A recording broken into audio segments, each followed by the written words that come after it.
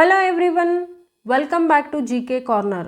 ಇವತ್ತಿನ ವಿಡಿಯೋ ಒಳಗೆ ನಾವು ಸಿನ್ಸ್ ಮತ್ತು ಫಾರ್ ಬಗ್ಗೆ ಡಿಸ್ಕಸ್ ಮಾಡೋಣ.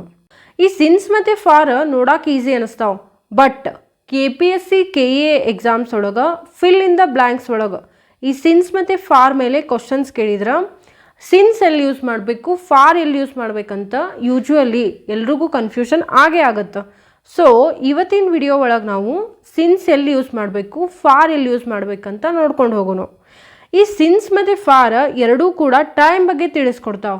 ಯಾವ ರೀತಿ ಟೈಮ್ ಅಂತ ಒನ್ ಬೈ ಒನ್ನ ನೋಡ್ಕೊಂಡು ಹೋಗೋಣ. ಈ ಸಿನ್ಸ್ ಬಗ್ಗೆ ನೋಡೋದಾದ್ರೆ, since refers to the specific starting point of a time in the past.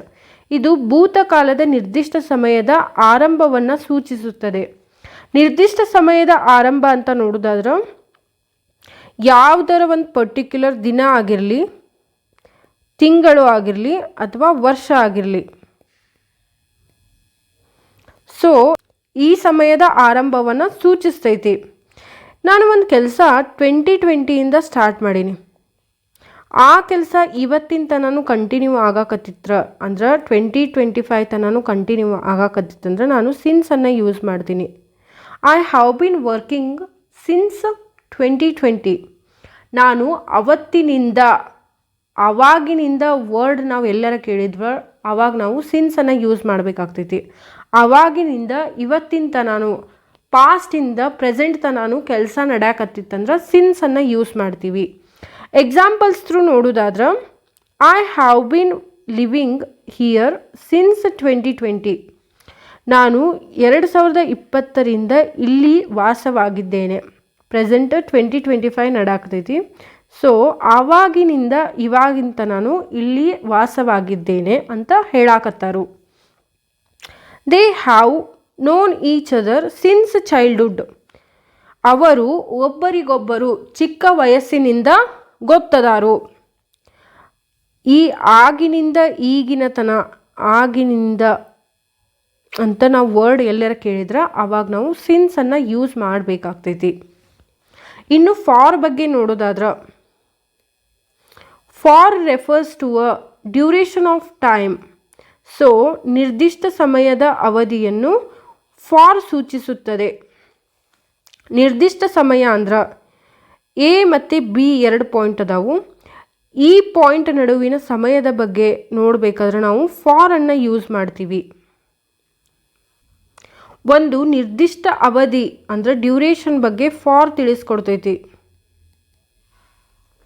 Like for 2 hours, for 3 days.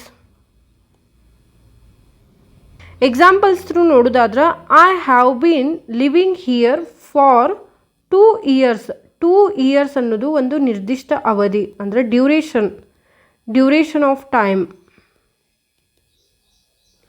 They are going to trip for a week. ಅವರು ಒಂದು ವಾರದ ಮಟ್ಟಿಗೆ ಟ್ರಿಪ್ಪಿಗೆ ಹೋಗಾಕತ್ತಾರು.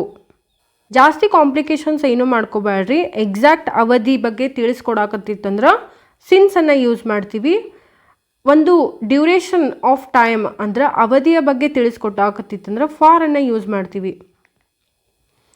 ನಾವು ಇಂಗ್ಲೀಷ್ ಎಕ್ಸಾಮ್ಸ್ ಒಳಗೆ ಯಾಕೆ ಫೇಲ್ ಆಗ್ತೀವಿ ಅಥವಾ ಕಮ್ಮಿ ಮಾರ್ಕ್ಸ್ ತೆಗಿತೀವಿ ಅಂತ ನೋಡೋದಾದ್ರೆ, ಬೇರೆ ಸಬ್ಜೆಕ್ಟ್ಸ್ಗಳನ್ನು ಹೆಂಗೆ ಫೋಕಸ್ ಮಾಡಿ ಓದ್ತೀವಲ್ಲ ಆ ರೀತಿ ಕಾಂಪಿಟೇಟಿವ್ ಎಕ್ಸಾಮ್ಸ್ ಅಂತ ಬಂದರೆ ಇಂಗ್ಲೀಷನ್ನು ಇಗ್ನೋರ್ ಮಾಡಿಬಿಡ್ತೀವಿ.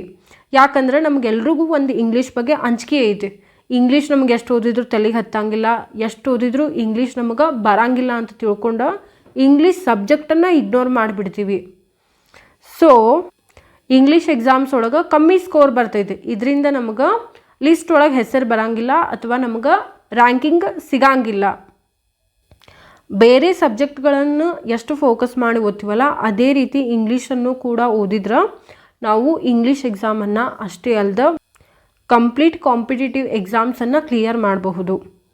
ಹೋಪ್ ನಿಮಗೆಲ್ಲ ಇವತ್ತಿನ ಟಾಪಿಕ್ ಸಿನ್ಸ್ ಮತ್ತು ಫಾರ್ ಬಗ್ಗೆ ಅರ್ಥ ಆಯ್ತಂತ ಅನ್ಕೋತೀನಿ. Thank you.